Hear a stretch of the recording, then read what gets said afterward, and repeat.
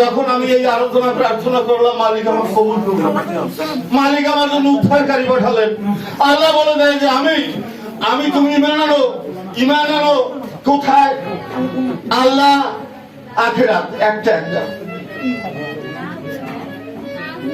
ফেরেশতা সমূহে, নবী গণে, কিতাব সমূহ, এই দুইটা কিন্তু একটা। আপনি তো সমূহ অসংখ্য, আমি কিভাবে আনবো?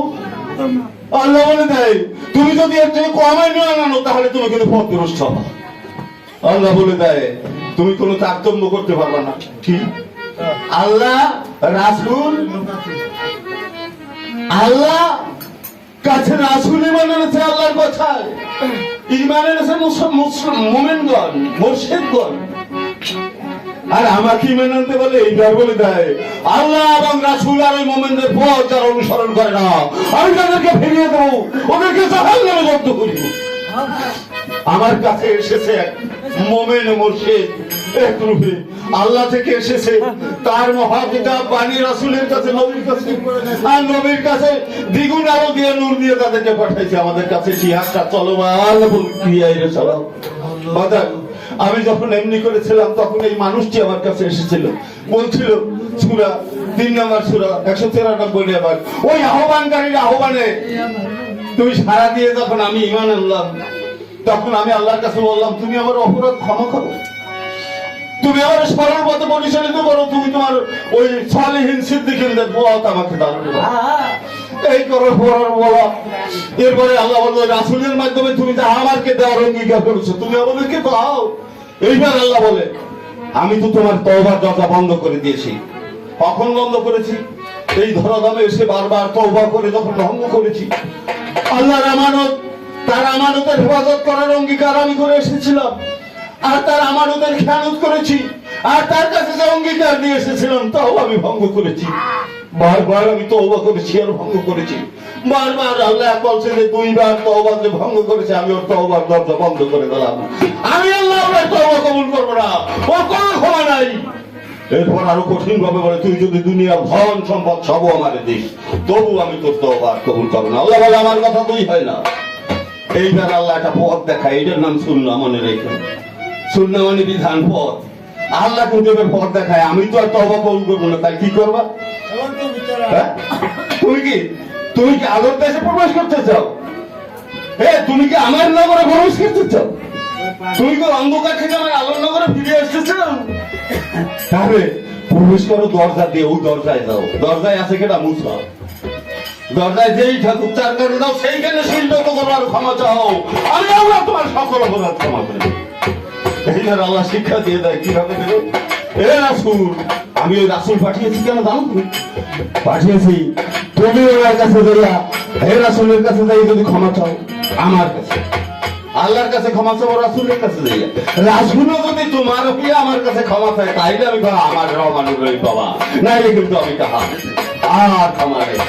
একটা দরজা খুলে দিয়েছে, দুই দরজা দিয়ে এইখানে যখন আমি দেখি ওই কর্ণমূলে যখন আর ওই বাড়ি উঠেছে, ওই আহ্বানকারীর আহ্বানে সাড়া দিয়ে তুমি ওই দরজা দিয়ে ঢোকো, তখন আর কর্ণগোচর হয়েছে অনেকের কর্ণবধির, কর্ণগোচর হয় না, অন্ধকারে চলে গেছে। আর তো আহ্বান জানিয়েছে ফিরে আয়, ফিরে আয়, তুই কই যাও, তুই তো অন্ধকারে বলছিস, তুই একটু করে কবরস্থ হয়ে যাবি, আর ফিরতে পারবি না, তালাবাড়ি আটকাই দেবে, আর জীবনেও ফিরতে পারবি না, ফিরতে পারবি না, ফিরে আয়, ফিরে আয়। বাজার আমার কর্ণগুলো এরকম যখন একটা ঘুরে ফিরেছে তখন কি করেছিলাম ওই কালার বাসির সুরে ওই সুরে এমন উদাসী ঘরে রইতে দিল না কিবা শিবা ভাইয়া গেল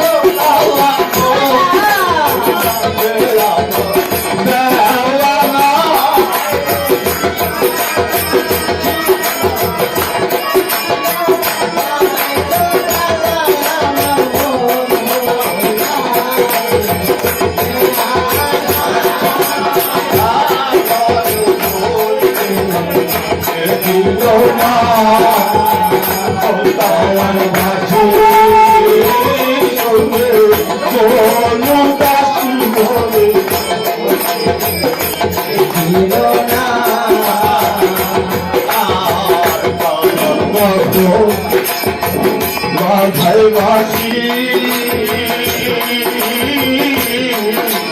আমি কখন বসিলে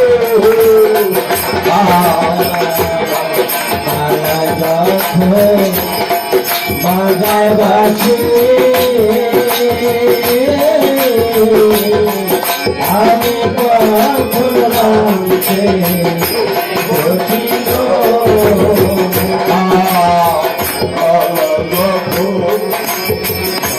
ভাইবাসী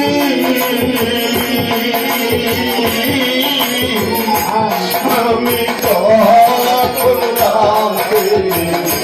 বুঝিল ও কখন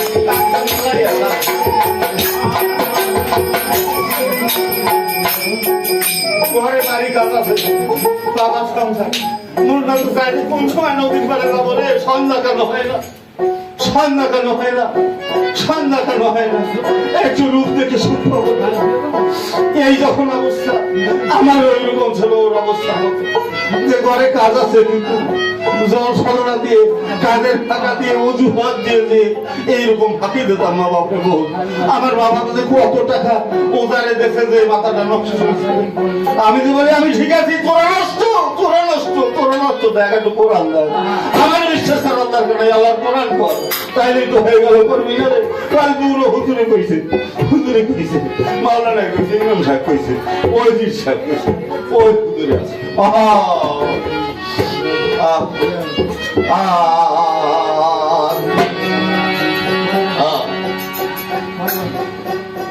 ওই বাঁশির সুরে এত মধু অন্তরে লাগাই তুলে সুরে এত মধু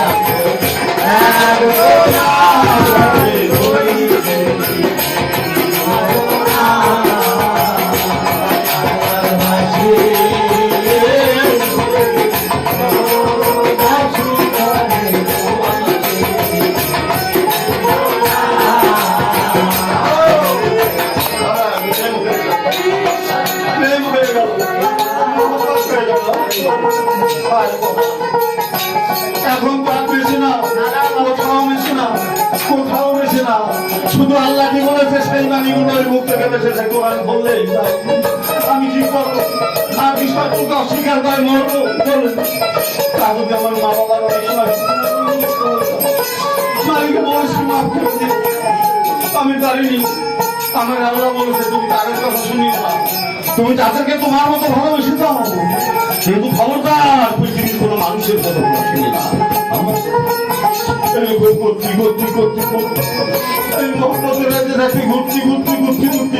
ওই শহরে যখন আত্মসভার ভর্তি হলাম, যখন নিজেকে শুনে গেলাম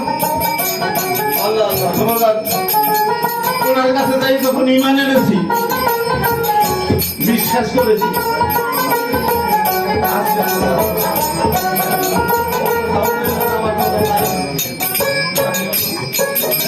যখন ইমান এনেছি, আগে তো বলতাম যে সব আমার, বউ সোয়াল মাইয়া বাড়ি ঘর গাড়ি বাড়ি ধন সম্পদ টাকা পয়সা সব আমার আমার আমার।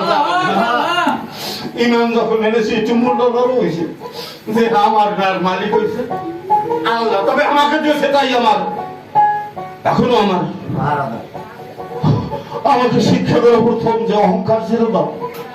আমি তোমাদের কারোর চেয়ে কর্ম অহংকারী ছিলাম না, সাদা জামাওয়ালা। বলো যে অহংকার ছেড়ে দাও, অহংকারের কারণে ইবলিস দেখো এখন শয়তান। নিজেকে বড় মনে করার নামে অহংকার, এই অহংকার থেকে বেরোয় আসতে হবে। আর কি শিক্ষা দেবে? সার্বক্ষণিক আমার নাম স্মরণে থাকো, আমার স্মরণ থেকে বিচ্যুতি ঘটলে কিন্তু আমি নিয়ন্ত্রিত করবো এক শয়তান। সে হবে তোমার সংসার, তোমাকে পাওয়ার কার্য করতে বাধ্য করবে, তুমি নিজেকে উদ্ধার করতে সক্ষম হবে না।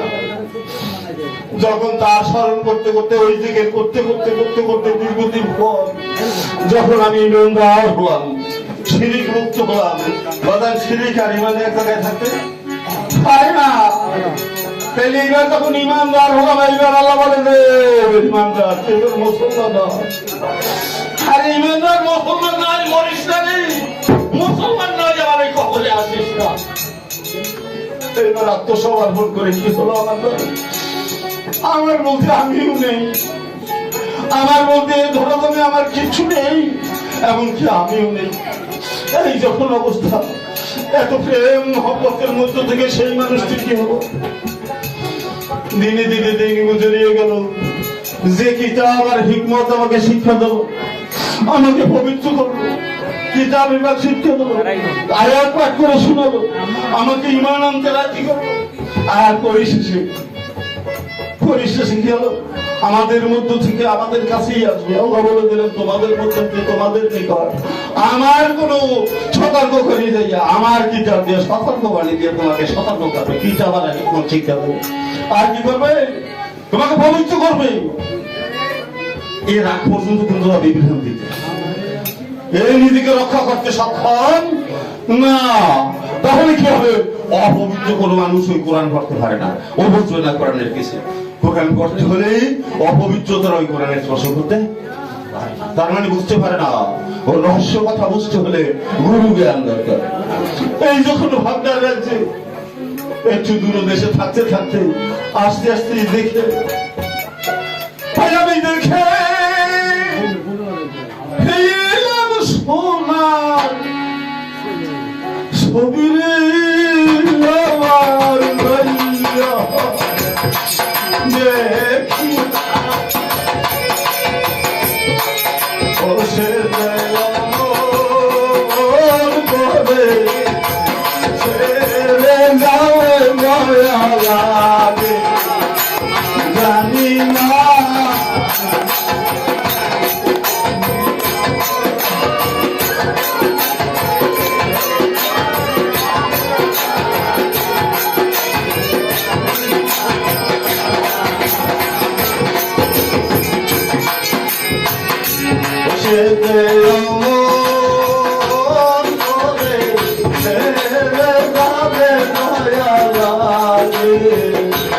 জানি না ওই যে দেখে